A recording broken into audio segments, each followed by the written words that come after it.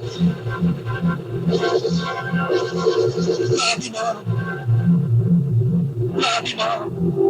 Fatima, Fatima, Fatima, Fatima.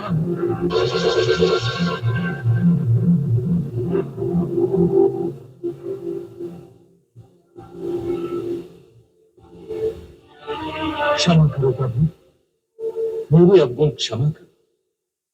आपकी पूजा और विनय के उत्तर में मैंने अपना स्थान छोड़कर आपको मार्ग नहीं दिया। इसमें अवश्य मेरा दोष है, परंतु ये दोष तो आप ही का दिया हुआ है। आपकी प्रेरणा से माया ने प्रकृति में जड़ चेतन सृष्टि की उत्पत्ति की है। उसी ने जड़ और चेतन की भिन्न भिन्न मर्यादाओं को निर्धारित किया है।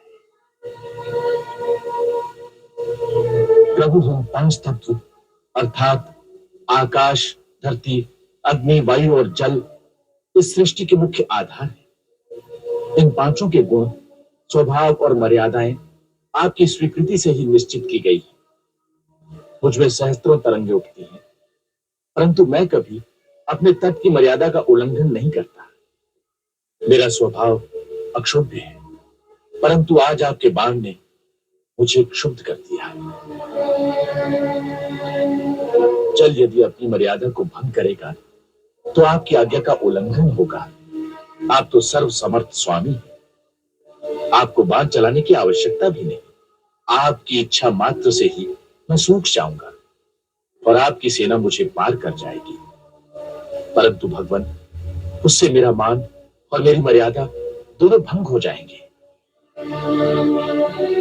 पांच तत्वों में से यदि एक का भी इस प्रकार गुण और स्वभाव बदलकर उसकी मर्यादा भंग कर दी जाएगी तो सृष्टि के संतुलन में विकार उत्पन्न हो जाएगा, जिससे इस धरती पर विस्फोट हो जाएगा। प्रभु, यदि आप प्रलय से पहले ही प्रलय लाना चाहते हैं तो आपको अधिकार है, अन्यथा इस ब्रह्मास्त्र से मेरी रक्षा कीजिए। स्वामी, मैं एक सेवक की भांति आपकी शरण में आया हूं।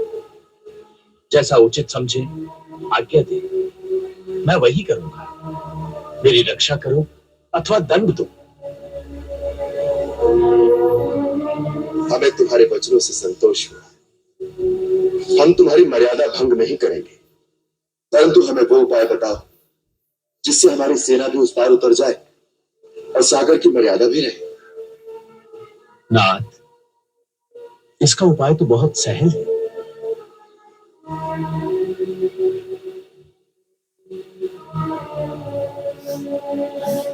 आपके सेनापतियों में नल नील नाम के दो भाई हैं।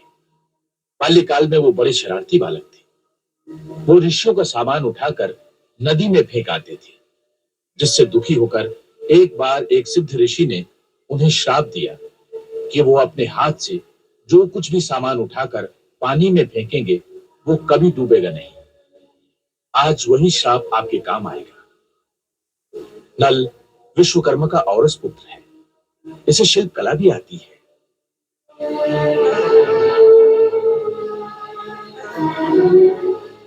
यदि ये दोनों भाई अपने हाथ से जल में पत्थर डालकर समुद्र के ऊपर सेतु बांधने का कार्य करें तो लंका तक एक ऐसा सेतु तैयार हो जाएगा जिसके ऊपर से चलकर आपकी सेना समुद्र के उस पार पहुंच जाएगी।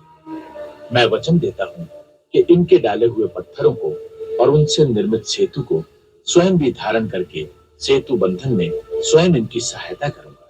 इस प्रकार समुद्र को बांधने से तीनों लोकों में आपका सुयश गाया जाएगा।